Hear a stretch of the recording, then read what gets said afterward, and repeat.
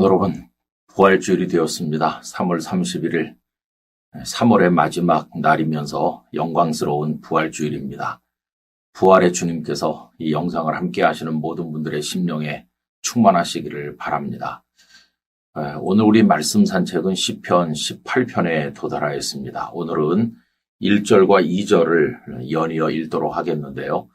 2절을 읽는 이유는 2절까지 다윗의 고백이 이어지기 때문입니다. 나의 힘이신 여호와여, 내가 주를 사랑하나이다. 여호와는 나의 반석이시요, 나의 요새시요, 나를 건지시는 이시요, 나의 하나님이시요, 내가 그 안에 피할 나의 바위시요, 나의 방패시요, 나의 구원의 뿌리시요, 나의 산성이시로다. 아멘. 사람들은 그 사람의 수만큼이나 다양하다고 생각합니다.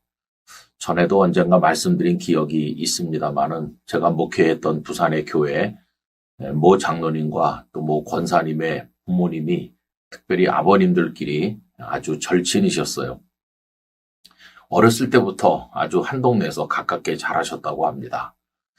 이분들은 성장하셔서 결혼한 다음에도 거의 매일 만나는 친구지간이셨다고 하는데 그 장로님의 말씀을 들어보면 그 두 어른이 친하기는 한데 말은 하지 않았다고 그럽니다. 그저 만나면 왔는가 이렇게 하고 옆에 나란히 앉아서 하루 종일 무슨 생각을 하시는지 같이 계시다가 식사도 하고 그 다음에 헤어지면서 잘 가게 또 봄새 이렇게 했다고 합니다. 그래서 그 보는 주변 사람들이 답답해서 무슨 재미가 있어서 하루 종일 만나서 함께 계시느냐고, 그게 같이 노는 거냐고 하루 종일 말도 안 하면서 그렇게 물어봤다고 하는데, 그래도 그 두 분은 우리 둘이 친하다 그러면서 별 말도 없이 하루 종일 시간을 함께 하곤 하셨다고 합니다. 그런데 그렇게 어떻게 보면 무뚝뚝하고 말수가 적은 분들의 자녀인데도 그 장로님과 그 권사님은 부모, 아버지하고는 또 많이 달라요. 얼마나 재미난 말씀들을 많이 하시는지 전혀 다른 것을 보았어요. 여러분, 하나님을 믿는 방식도 비슷한 것 같습니다. 어떤 분들은 하나님 아버지 하면 그냥 끝나는 분이 있고요. 어떤 분들은 하나님께 재미난 이야기라도 하듯이 많은 말씀을 고백하는 사람이 있어요. 근데 하나님께 대한 고백을 드린다고 할 때 거기 한 가지 전제되는 게 있어요. 할 말이 없는 사람도 있을 거 아닙니까? 왜 할 말이 없을까요? 하나님을 그 은혜를 체험한 게 별로 없으면 하나님께 드릴 고백도 없겠죠. 그러나 하나님의 풍성하신 은혜를 많이 경험하신 분들은 하나님께 올릴 찬송도 많고 드릴 고백도 많을 것입니다. 저는 다윗만큼 하나님의 은혜를 풍성하게 체험하고 또 다양하게 고백하는 분은 없다고 생각합니다. 아까 읽은 시편 18편 1절 2절에서도 보는 것처럼 그는 하나님을 다양하게 표현해요. 힘이시다, 나의 반석이시다, 피할 피난처가 되신다, 반석이시다, 뭐 산성이시다, 여러 가지로 표현하잖아요. 근데 중요한 것은 그 앞에 전부 나의라는 말이 붙어 있다는 것입니다. 하나님은 다른 사람의 힘이 되시는 분이 아니시고 나의 힘이시고 나의 반석이시고 나의 피난처시고, 어린 목동 시절부터 그는 평생을 어려움 속에 살면서 하나님의 특별하신 은혜를 많이 경험했고 그때마다 하나님을 체험했어요. 들어서 아는 게 아니라 하나님의 은혜를 맛을 보아서 아는 거죠.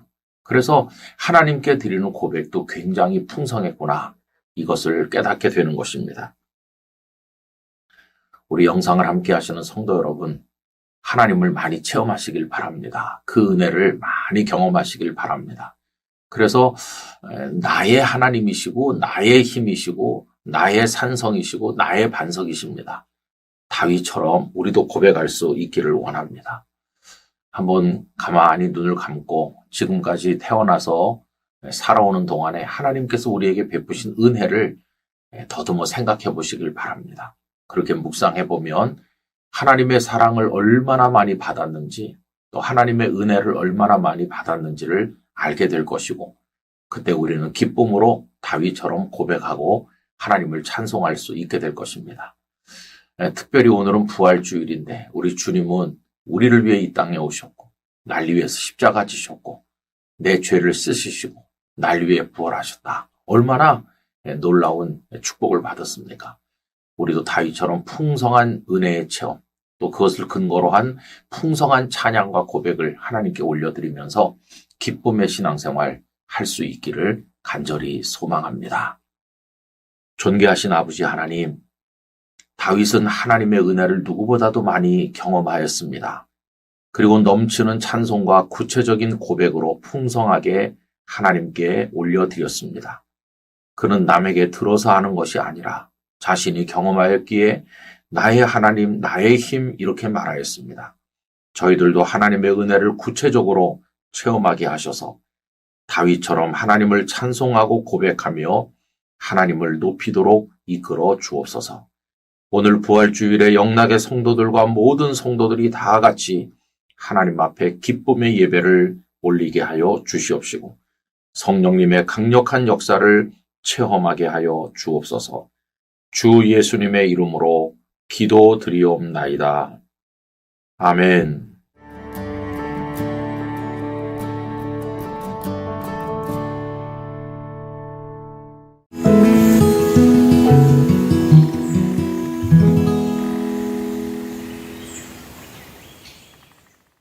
여러분 안녕하십니까? 4월 1일 월요일입니다. 고난주간과 부활주일을 지나고 오늘 월요일 4월의 첫날입니다. 하나님께서 우리에게 새로운 한 달을 주십니다. 행복하고 또 열심히 살고 하나님을 기쁘시게 하는 한 달 되기를 원합니다. 오늘 말씀 산책은 시편 19편에 이르게 되었는데요. 그 중에서 14절을 읽고자 합니다. 나의 반석이시요 나의 구속자이신 여호와여, 내 입의 말과 마음의 묵상이 주님 앞에 연락되기를 원하나이다. 아멘. 오늘 말씀을 가사로 해서 만든 찬양을 전에 많이 불렀죠. 나의 입술의 모든 말과 나의 마음의 묵상이 주께 연락되기를 원하네. 참 좋은 찬양이었습니다. 이 가사는 오늘 읽은 말씀으로부터 온 것이죠. 여러분, 하나님께서는 우리에게 말씀을 주셔요. 그 말씀이 두 가지가 있습니다.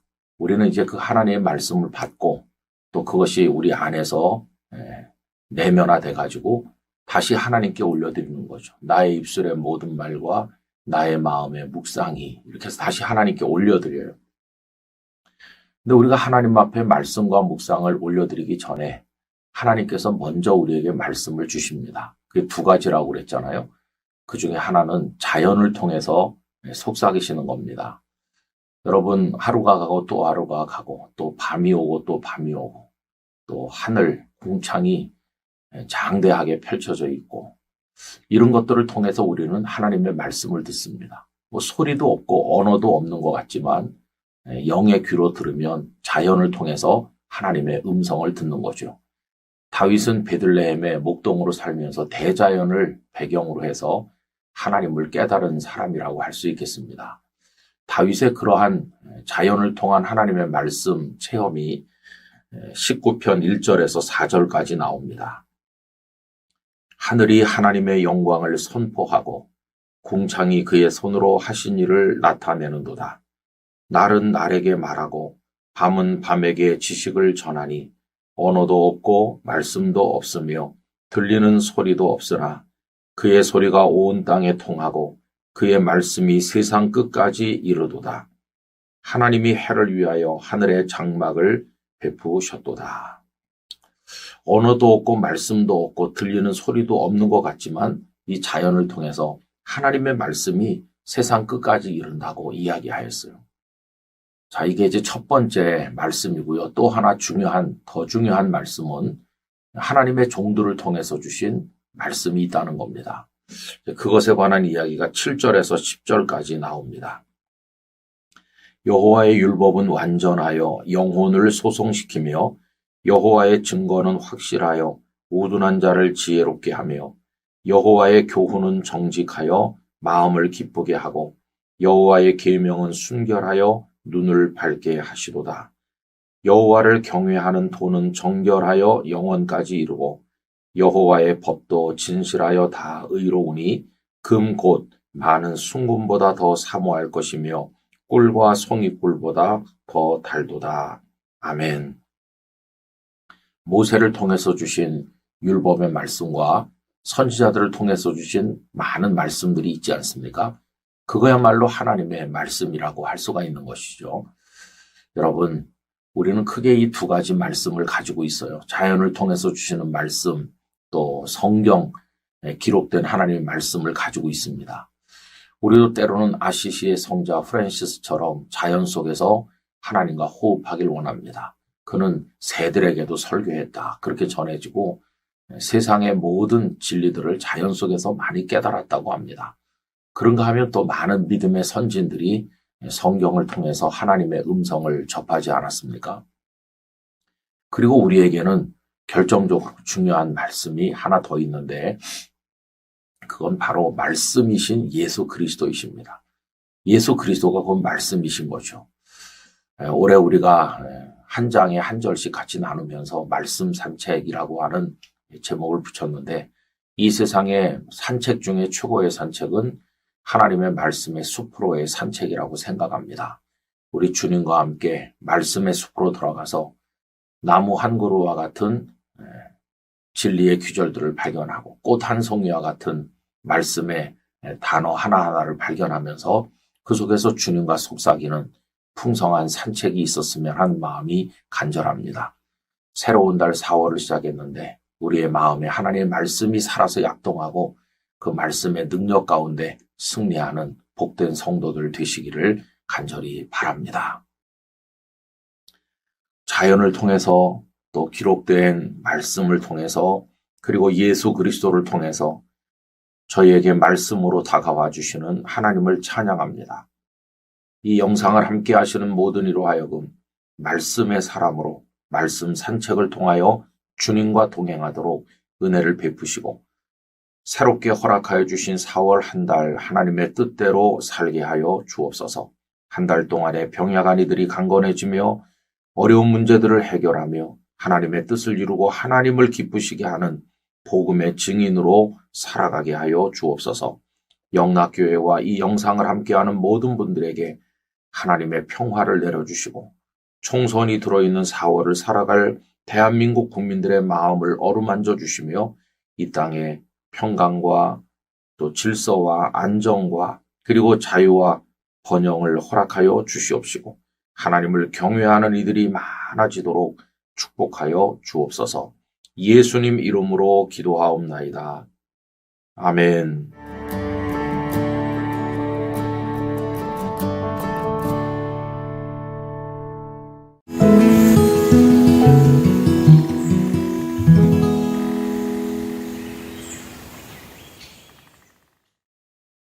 하나님의 은혜 가운데 오늘 우리들은 4월 2일 화요일을 맞이하였습니다. 오늘도 주님 안에서 복된 하루를 살아가시기를 바랍니다. 말씀 산책 오늘은 시편 20편에 이르렀습니다. 제가 6.25 전쟁이 발생했을 당시에 남한과 북한의 군사력을 비교한 자료를 본 적이 있는데요.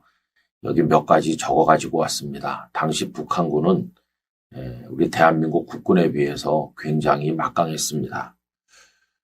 곡사포가 552문, 대전차포 550문, 박격포 1728문, 장갑차 54대, 전차 242대, 전투기, 전폭기 226대, 병력이 20만 1050명, 이 외에도 여러 가지 장비들이 더 있었는데 T-34 전차는 2차 세계대전 때 소련군이 사용해서 위력을 과시했던 신 탱크이기도 하였습니다. 이런 막강한 북한군에 비해서 우리 대한민국 국군은 정말 열세였는데요. 곡사포 91문, 37mm 대전차포 140문, 박격포 960문, 장갑차 27대, 경비함 36척, 병력 10만 3,827명. 이 병력은 북한군의 절반밖에 안 되죠. 미 군사 고문단이 1949년에 평가한 바에 의하면 대한민국 국군은 한 200년 전 미국이 독립전쟁을 할 때 그 미국의 상황과 비슷하다 할 정도로 200년 전 미국과 비슷하다고 할 정도로 아주 열악한 상황이었습니다. 도저히 전쟁을 할 수가 없는 거죠. 개전이 되자마자 파죽지세로 인민군이 밀고 내려온 거 우리는 낙동강까지 속절없이 후퇴한 것을 잘 아십니다.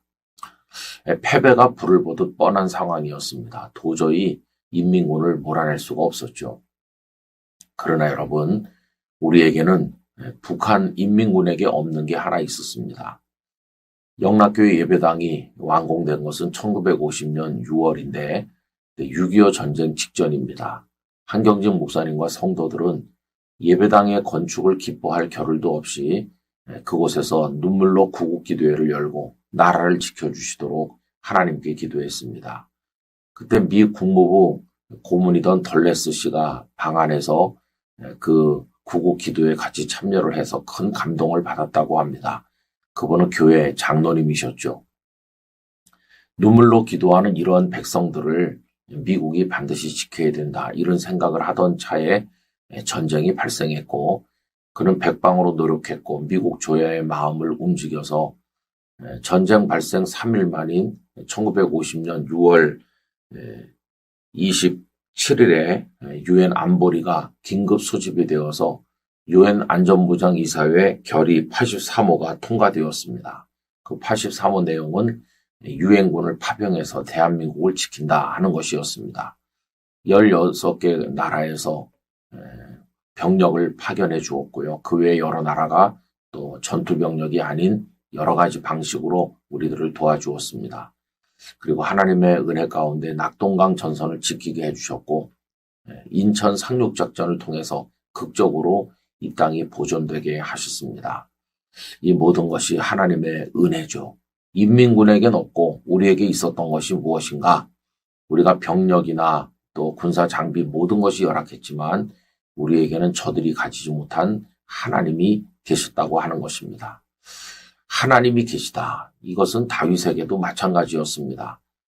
다윗이 사울에게 쫓겨다닐 때 그는 사람도 없이 혼자 도망쳤고 무기도 없어서 어느 제사장에게 가서 골리앗이 사용하던 칼을 빌리지 않았습니까?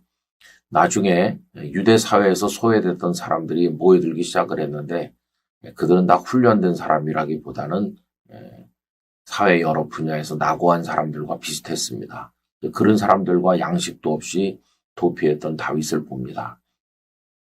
그러나 마지막 승리는 막강한 정예 병력을 가지고 있었던 사울 왕이 아니고 다윗이었고 다윗이 이스라엘의 왕이 되었습니다. 사울이 다 가진 것처럼 보였지만 다윗에게는 사울이 없는 게 있었죠. 그게 뭡니까?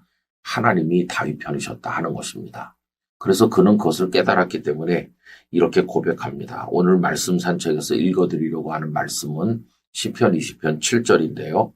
어떤 사람은 병거, 어떤 사람은 말을 의지하나 우리는 여호와 우리 하나님의 이름을 자랑하리로다. 아멘. 어떤 사람은 우리가 군사 장비가 막강해 우리는 준비가 잘 됐어 하지만 비록 우리가 그런 것이 모자란다고 할지라도 우리에게는 여호와 우리 하나님이 계시다. 우리 하나님의 이름을 자랑한다. 이게 우리의 믿음이 되어야 할 것입니다. 출애굽 당시에 애굽왕 바로는 병거 600성을 비롯한 막강한 애굽 정예병을 출정시켜서 이스라엘을 끌어가려고 다가왔습니다. 그러나 하나님께서는 그 애굽 군대와 이스라엘 사이에 불기둥을 두셔서 저들이 접근하지 못하게 하셨고 이스라엘은 홍해를 무사히 건넌 반면 그들은 다 홍해에 수장되었습니다. 여러분, 하나님만이 우리의 힘이십니다. 우리가 비록 여러 가지로 열세 있다고 할지라도 낙심하지 말고 인생을 살아갈 때 우리에게는 하나님이 계시다. 그 하나님을 의지하며 승리하기를 원합니다. 오늘부터 시작되는 한 주간도 부활의 생명을 가지고 하나님 안에서 열심히 믿음으로 살아가는 우리 영락의 성도들, 또 이 영상을 함께 나누시는 모든 성도들 되시기를 간절히 축복합니다. 전능하신 아버지 하나님, 저희들은 모든 면에서 열세이고 열악하고 부족하고 결핍될 때가 많이 있어서 낭망하고 쓰러질 때가 있습니다. 그러나 우리에게는 그들이 가지지 못한 하나님이 계심을 알게 하여 주옵소서. 하나님이 저희의 편이 되시고 저희를 도우신다면 그 어떤 막강한 적도 저희들은 이기게 될 줄로 믿습니다. 하나님 저희의 힘이 되어주시고 저희의 승리의 깃발이 되어 주시옵소서. 예수님의 이름으로 기도하옵나이다. 아멘.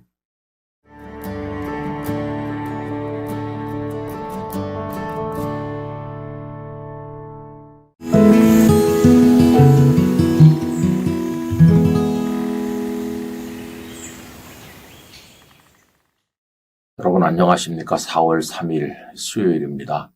오늘도 주님 안에서 평안하시기를 바랍니다. 말씀 산책, 오늘은 시편 21편 말씀에 이르게 되었습니다. 여러분 어떻게 생각하세요? 신분의 변화나 환경의 변화가 우리 본질을 어느 정도나 변화시킨다고 생각하십니까? 예를 하나 들어보면은 많이 아픈 병자가 있다고 합시다. 이 사람 집에 누워서 끙끙 앓으면서 식은땀을 흘리고 굉장히 많이 힘들어합니다. 그럴 때는 아주 편한 옷을 입고 집에 누워 있겠죠. 그 모습 가지고는 바깥에 나갈 수가 없는 거죠. 그런데 이제 견디다 못해서 병원에 가야 되겠어. 그러면서 일어나서 좀 씻고 깨끗한 옷으로 갈아입고 집을 나섭니다. 그럼 멀쩡해 보이잖아요. 그럼 여러분 옷을 갈아입었다고 해서 그 속에 있는 사람이 딴 사람이 됐나요? 그렇지 않습니다. 그 옷 속에 감춰져 있는 그 사람은 여전히 많이 아프고 빨리 의사 선생님의 치료를 받지 않으면 안 되는 환자일 뿐인 것이죠. 이처럼 옷을 갈아입어도 그 사람이 변하지 않는 모습은 우리 인생에서 여전히 존재합니다. 근데 가끔 보면 그걸 모르는 사람도 있는 것 같습니다. 예를 들면 정치하는 이들을 뒤따라다니면서 정치를 배우던 젊은 사람이 그때는 아주 겸손하고 노력도 많이 했는데 그러다가 국회의원이라도 당선되면 더 배우려고 하지도 않고 얼마나 거만해지는지 마치 자신이 대단한 국가 지도자나 된 것처럼 그렇게 생각하는 사람이 있는 것 같습니다. 참 우스운 일이죠. 배지를 하나 붙였다고 그 사람의 본질이 하루아침에 달라지는 건 아니지 않습니까? 가끔 목회자도 그렇게 되기가 쉽습니다. 초년병 전도사 시절에는 바지런하고 열심히 배우고 기도하고 그랬는데 세월이 흘러서 담임 목사라도 되고 나면 갑자기 모든 걸 통달한 사람 같이 그리고 태도가 교만해지기가 십상이에요. 여러분 그런 의미에서 저는 다윗을 특별하다고 생각합니다. 다윗은 보잘것없는 목동일 때나 골리앗을 향해 나갈 때나 또 사울의 신하로 살 때나 사울 왕에게 쫓길 때나 나중에 이스라엘의 왕이 되었을 때조차도 여전히 자신이 연약함을 알았고 하나님의 도우심을 의지하는 마음을 가지고 있었어요. 그래서 그는 옷은 계속 갈아입었지만 옷 속에 들어있는 자기 자신은 여전히 하나님의 힘을 의지해야 될 인생일 뿐이라는 것을 알고 있었습니다. 오늘 시편 21편에서 제가 읽어드리려고 하는 말씀은 1절인데요. 여호와여 왕이 주의 힘으로 말미암아 기뻐하며 주의 구원으로 말미암아 크게 즐거워하리이다. 여기 왕은 다윗 자신을 가리키는 겁니다. 그는 왕이 됐어요.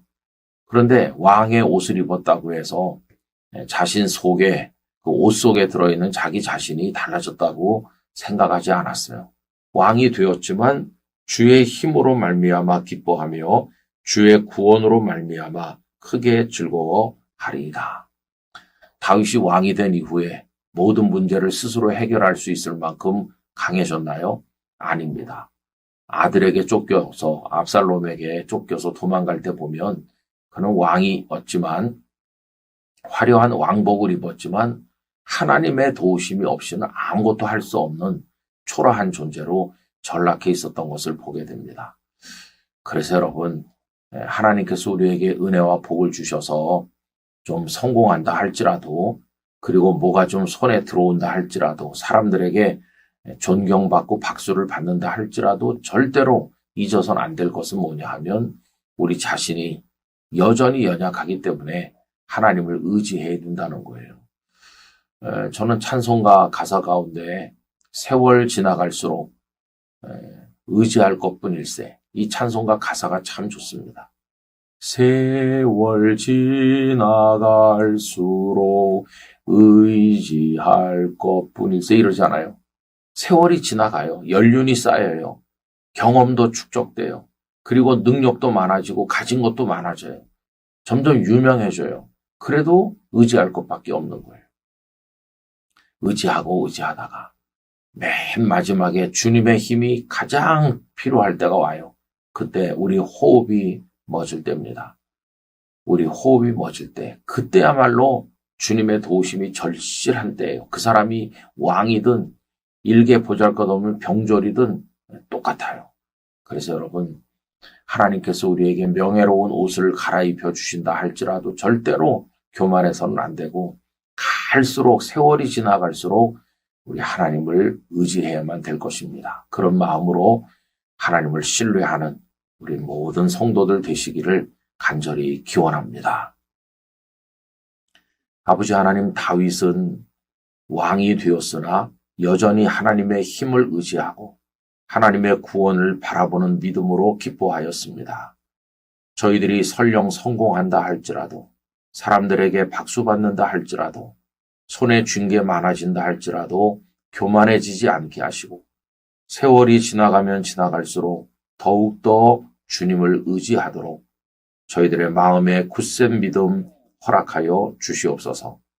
우리의 호흡이 멎을 때, 그때야말로 주님을 가장 의지해야 될 때임을 알게 하시고, 가면 갈수록 겸손해지는 믿음의 사람 되게 하여 주시옵소서. 예수님 이름으로 기도드리옵나이다. 아멘.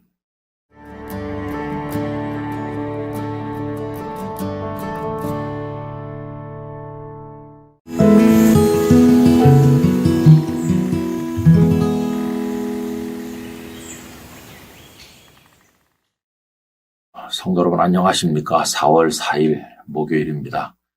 오늘도 주님 안에서 행복하시기 바랍니다. 말씀 산책이 오늘로써 시편 22편에 도달하고 있는데요. 그 중에서 10절 말씀을 읽고자 합니다. 내가 날 때부터 주께 맡긴 바 되었고 모태에서 나올 때부터 주는 나의 하나님이 되셨나이다. 아멘. 예배를 마치고 뒤에 서서 성도들과 인사를 나누노라면 종종 눈물을 훔치면서 인사하시는 분들이 계십니다. 목사님, 지나간 주간에 아버님 장례가 있었습니다. 어머님 세상 떠나셔서 장례를 했습니다. 이러면서 섭섭해 하시는 분들이 계십니다. 여러분 얼마나 슬프고 또 안타깝고 또 뭐라고 표현하기 힘든 우리 인생에서 경험하는 일이죠.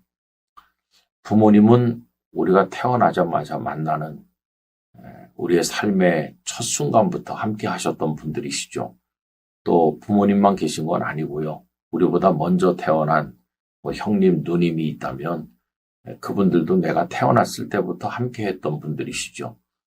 그런데 그런 분들이 이제 우리 곁을 떠나가면은 어떻게 그 슬픔을 설명해야 되겠습니까? 너 나를 막론하고 우리가 모두 겪는 정말 안타까운 일이 아닐 수가 없어요. 그런데 여러분 곰곰이 생각을 해보면 우리 부모님이나 우리보다 먼저 있었던 형제 자매가 우리의 생명의 첫 순간부터 우리와 함께 했기 때문에 이 세상에서 만나는 그 누구보다도 소중한 분들이고 그분들이 떠나면 정말 아쉽습니다만은 부모, 형제보다도 더 먼저 우리와 함께 했던 분이 계시다는 것을 알게 됩니다. 그분은 바로 하나님이시죠. 하나님께서는 부모님들께서 우리와 함께 하시기 훨씬 전부터 우리와 같이 계신 분이시고 또 부모님들께서 우리 곁을 떠나신 이후에도 우리와 함께 하셔서 영원까지 계실 분이십니다. 다윗이 그것을 깨달은 것이죠. 시편 22편은 탄원시로 분류가 되고 있는데 메시아 예언이 여러 군데 나오고 있습니다. 나의 하나님, 어찌하여 나를 버리시나이까. 엘리 엘리 라마 사박다니의 예수님의 십자가 위에서의 고통에 찬 외침을 알고 있는데요. 그게 시편 22편 1절에 나오는 것이고, 또 겉옷과 속옷을 제비 뽑습니다 하는 말씀도 22편에 나와요. 그래서 22편에 보면은 버려진 자의 고통과 슬픔, 홀로 있는 자의 슬픔이 잘 묘사되고 있다고 생각합니다. 다윗은 사실 주변에 사람은 많았지만 어려서부터 그다지 사람들에게 사랑을 받은 것 같지는 않습니다. 사무엘이 이새의 집을 방문했을 때 그 아버지는 막내 아들인 다윗을 부르지도 않았었죠. 또 형님들에게도 꾸중을 듣고 그랬던 것으로 보입니다. 그러다가 나중에는 골리앗 앞에 나갈 때 그는 혼자였습니다. 그의 형들이 전쟁터에 있었지만은 그와 함께 싸우려 하지 않고 어린 동생이 골리앗을 향해 나가는데도 보고만 있었습니다. 사울 왕에게 쫓길 때 그도 그때도 이제 혼자였었죠. 이렇게 버려지거나 외로운 순간이 다윗에게 참 많이 있었어요. 근데 그런 과정을 거치면서 그가 깨달은 것은 내가 이 세상에 태어날 때 하나님은 나와 같이 계셨다. 부모 형제보다도 하나님 더 먼저 나와 같이 계셨다. 이거를 그가 깨닫게 된 것입니다. 그래서 오늘 읽은 말씀에서 그 내용을 고백하는 거죠. 내가 날 때부터 주께 맡긴 바 되었고 모태에서 나올 때부터 주는 나의 하나님이 되셨나이다. 그래서 여러분, 그 끈으로 말하자면 부모님과 형제 자매가 소중한 사랑의 끈이지만은 우리 하나님은 우리에게 사랑의 동아줄과 같으신 분이라고 할 수 있어요. 안 계신 적이 없으시고 모든 순간에 우리와 같이 계시고 우리를 사랑하시되 끝까지 사랑하시는 분이 하나님이십니다. 부모님보다도 우리와 더 오래 영원 전부터 함께 하셨던 분이시고 영원까지 함께 하실 분이 하나님이십니다. 그러므로 여러분, 소중한 분들이 떠나가고 홀로 있는 듯한 슬픔을 만나지만은 하나님이 더 근원적으로 우리와 함께 하시는, 우리는 그분에게서 나왔고 그분과 함께하고 또 그분과 영원히 머물 것을 생각한다면 하나님께 최선을 다해서 의지하고 사랑하고 경외해야 된다는 것을 알게 됩니다. 여러분, 그분이 우리들의 아버지십니다. 하나님 아버지, 그분 안에서 오늘도 복된 삶을 누리시기를 간절히 소망합니다. 전능하신 아버지 하나님, 사랑하는 부모님이 떠나고 형제 자매가 떠날 때 우리가 이 땅에 생명을 시작하던 첫 순간부터 우리와 같이 했던 소중한 분들이 떠날 때 그 슬픔 다 말할 수가 없습니다. 그러나 생각해보면 부모님보다도 형제 자매보다도 더 근원적으로 저희와 같이 계셨고 함께 하시는 분이 하나님이심을 깨닫습니다. 저희들은 아버지 하나님으로부터 나왔고 하나님과 함께 있고 영원히 거할 것을 믿습니다. 하나님을 의지하며 이 땅에서의 허전함과 슬픔과 모든 어려움을 이기고 영원토록 아버지 하나님 안에 거하게 하여 주시옵소서. 예수님의 이름으로 기도하옵나이다. 아멘.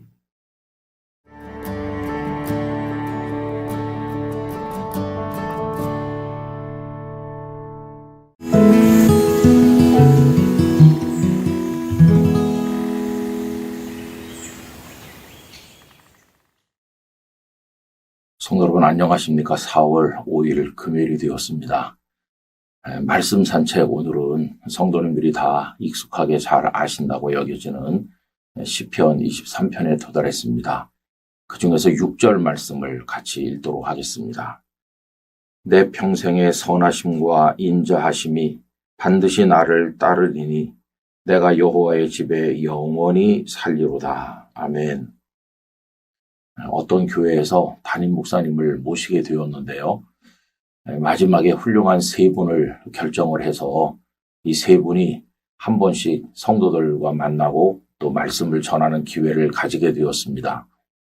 그런데 이 교회는 참 특이하게 목사님들에게 시편 23편으로 설교해 주세요라고 부탁을 했어요. 세 분의 목사님이 똑같은 시편 23편을 가지고 설교를 했는데 그 설교 내용이 제각기 다르고 시편 23편을 받아들이는 그 심도도 목사님마다 달랐던 것이죠. 참 재미있는 발상이라고 생각하지 않으십니까? 시편 23편은 하나님을 믿지 않는 사람들도 많이 들어봤을 만큼 유명한 말씀이고 우리 성도들도 이 말씀을 나름대로 다 이해하고 계시다고 생각합니다. 그런데 여러분, 우린 시편을 따로따로 한 편씩 이렇게 생각하는 경향이 있지 않습니까? 그런데 23편을 그 앞에 22편과 연계해서 생각하신 분이 계셔요. 그분이 바로 유명한 설교자요 목회자였던 스펄전 목사님이십니다. 스펄전 목사님은 우리가 22편을 먼저 읽고 23편을 읽게 되는 것은 큰 의미가 있다고 해석하였습니다.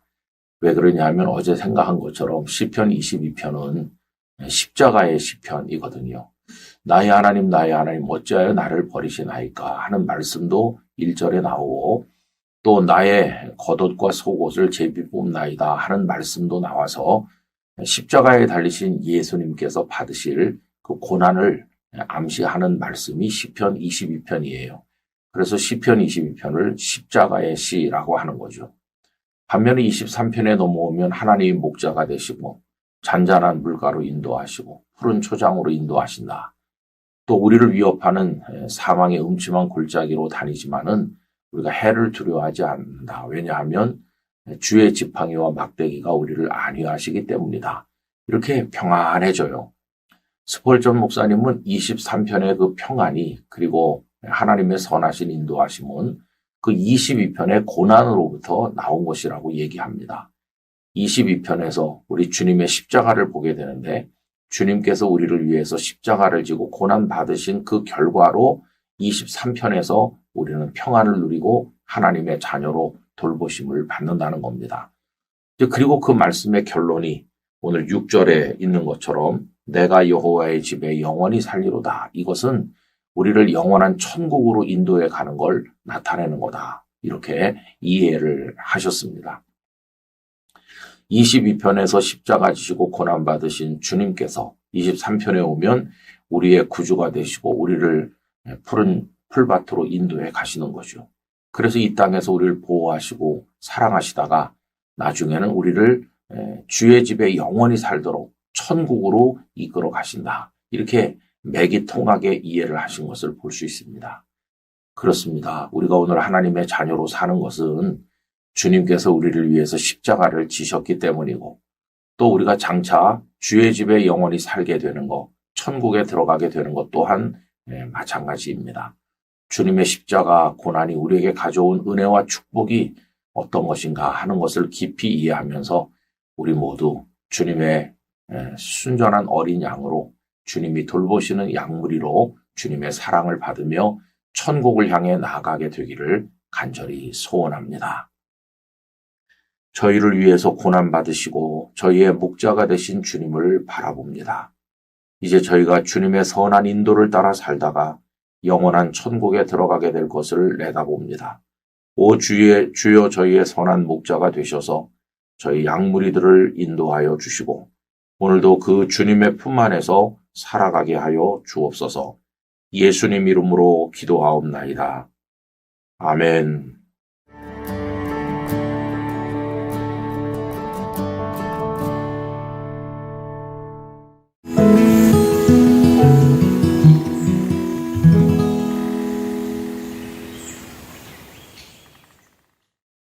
성도 여러분 안녕하십니까? 4월 6일 토요일이 되었습니다. 4월의 첫 주간이 지나고 이제 내일 주일이 됩니다. 오늘 잘 준비하셔서 부활 후 첫 주일 예배를 하나님 앞에 우리 모두 잘 드리게 되기를 원합니다. 말씀 산책이 오늘 시편 24편에 도착했습니다.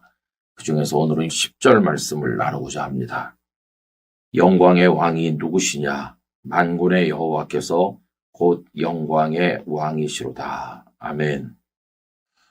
세상을 살아가는데 여러 가지 지식이 많이 필요합니다. 그 중에 가장 기본적인 것은 나는 누구인가 하는 것입니다. 여러분, 우리 자신이 어떤 존재요, 누구인가를 어떻게 알 수 있을까요?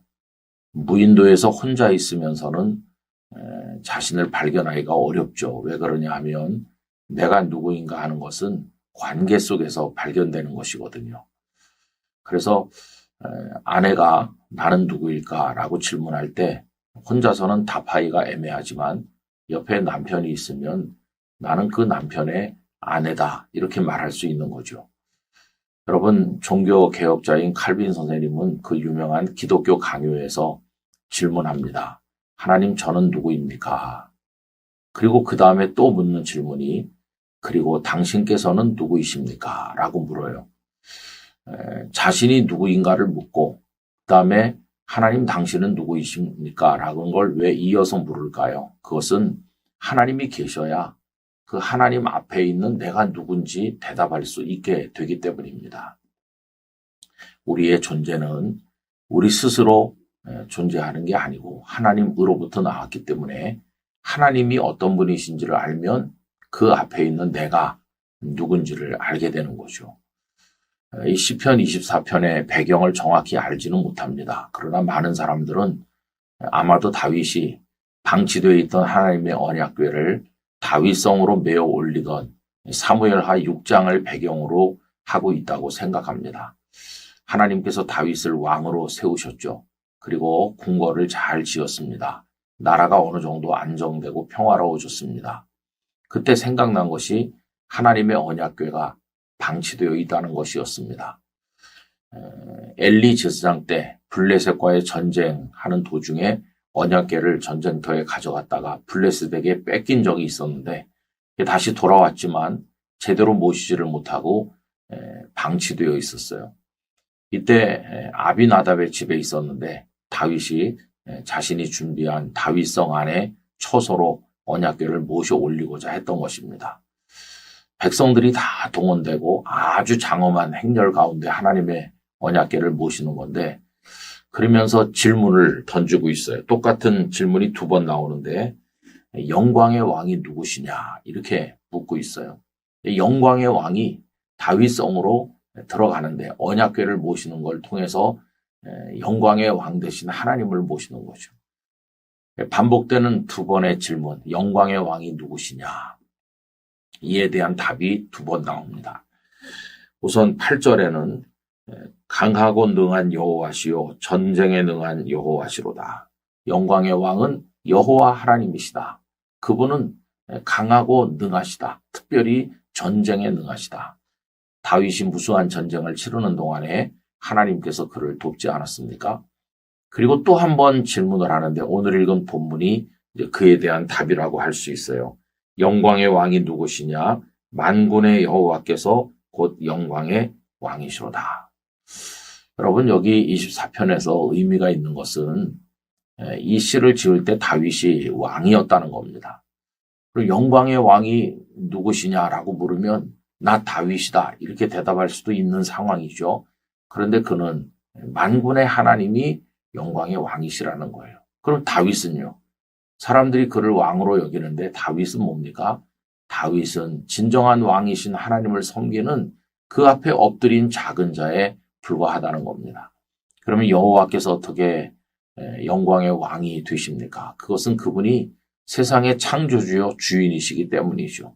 그래서 24편 1절은 이렇게 고백합니다. 땅과 거기에 충만한 것과 세계와 그 가운데 사는 자들은 다 여호와의 것이로다. 온 세상을 하나님께서 조성하셨고 하나님께서 주인이 되시기 때문에 나 다윗도 그렇다. 나도 그분의 것에 불과한 것이다. 진정한 왕은 여호와 하나님 한 분뿐이시고 모든 분들은 다 그 앞에 머리를 들어야 되고 엎드려야 된다. 이렇게 이야기를 하고 있는 것이죠. 여러분, 아무리 세상에서 대단한 사람이라 할지라도 하나님 앞에 무릎을 꿇고 엎드려야 될 것입니다. 내일 거룩한 주일 하나님 앞에 정성스러운 예배자로 설 수 있기를 간절히 바랍니다. 오늘 이렇게 우리가 말씀 묵상을 하면서 말씀에 산책하여 숲속으로 들어가는 마음으로 하나님을 향해 나가게 되는데 이 말씀 산책을 묵상하실 때마다 점점 작아졌으면 좋겠어요. 하나님은 우리 앞에서 점점 위대한 분이 되셨으면 좋겠습니다. 이런 모습으로 평생 하나님을 높이는 우리 모든 성도들 되기를 간절히 원합니다. 아버지 하나님, 영광의 왕이 누구이신가? 반복적으로 질문하며 그 답은 영광의 왕은 여호와 하나님이심을 고백합니다. 저희들은 그 앞에 무릎 꿇은 작은 종에 불과할 뿐입니다. 다윗과 같은 겸손으로 하나님만 높이게 하시고 내일 잘 준비해서 하나님께 영광스러운 예배를 올려드리게 하여 주시옵소서. 주 예수님의 이름으로 기도하옵나이다. 아멘.